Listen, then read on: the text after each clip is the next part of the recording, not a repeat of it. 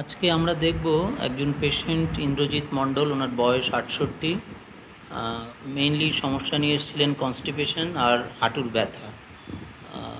আমরা কেস টেকিংয়ের পর গ্রাফাইটিস ওনাকে দিয়েছিলাম। কনস্টিপেশনের সমস্যাটা অনেকটাই ইমপ্রুভ করেছে, এখন আর ওনার পায়খানায় সেই সমস্যাটা নেই।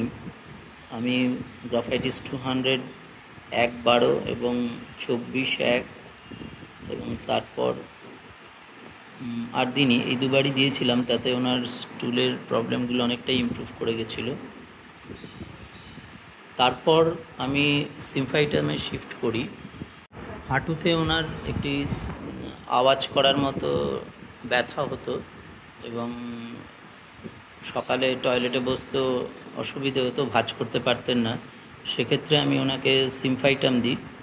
এখানে সিমফাইটাম দেওয়ার একটাই উদ্দেশ্য যে বনি যে ইরোশন হচ্ছে ডিউ টু অস্টিওআর্থ্রাইটিস, সেই সেন্সে যদি আমরা ওনার বোন ফর্মেশনের প্রসেসটাকে একটু আবার ফিরিয়ে আনতে পারি বা একটু ভালো অসিফিকেশান স্টার্ট হয়, তাহলে হয়তো সমস্যাটা কিছুটা ইমপ্রুভ করবে এবং সেই ইমপ্রুভমেন্ট আমরা পাই। আমরা পেশেন্টের সঙ্গে এখন একটু কথা বলে নেব।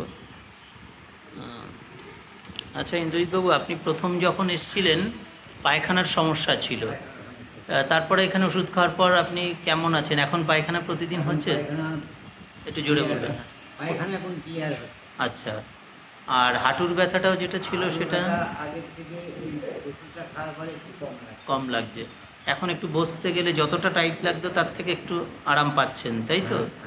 ঠিক ঠিক আছে, ধন্যবাদ আপনাকে আমাদের সহযোগিতা করার জন্য। আপনার এই কেসটা আমরা ডকুমেন্টেশন করলাম, আরও আস্তে আস্তে কী ইমপ্রুভমেন্ট হয় সেটা আমরা এরপরে দেখব।